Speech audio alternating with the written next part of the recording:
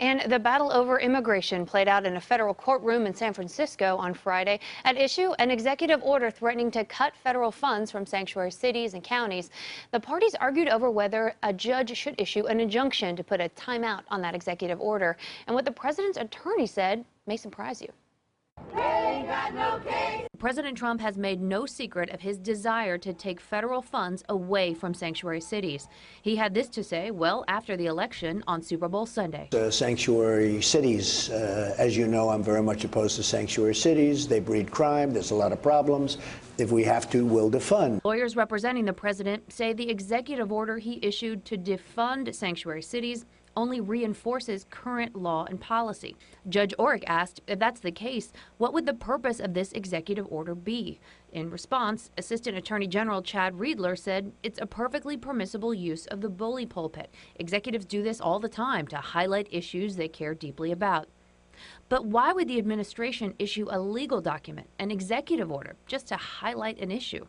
Mr. Riedler walked past our camera, refusing to talk, but Santa Clara County Counsel James Williams says President Trump used an official order because he wants to scare cities into abandoning their sanctuary policies.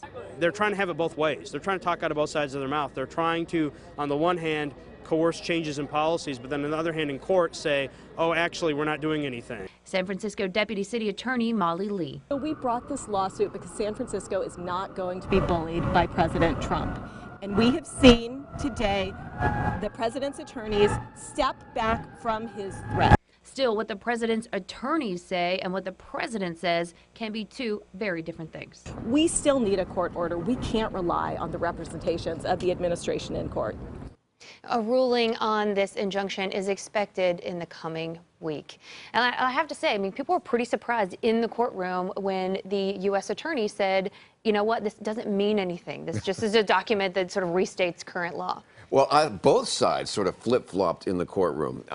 For example, the counties that were sanctuary cities were saying that we are actually following federal law, so we're in compliance.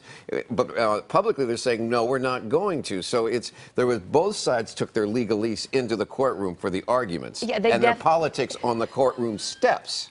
That is totally true. And I'll say the city and county of San Francisco and Santa Clara were also arguing, you know, we're not able to budget unless you tell us what you're going to do. The government's attorney said, we haven't done anything yet. And the city said, you know what, we need to know now because we have to be able to look forward. And most federal funds come in the form of reimbursements. And it was also interesting to note that the cities and counties' estimates of what would be affected were in the billions of dollars. But just a little while ago, when I was calling up those same cities and counties, they said, no, this order is actually a very small part of the Department of Justice funding for police and sheriff's operations. And San Francisco, we don't even really get any of it. So, like I said, you've got your legal statements in the courtroom and your political statements on both sides on the courtroom steps.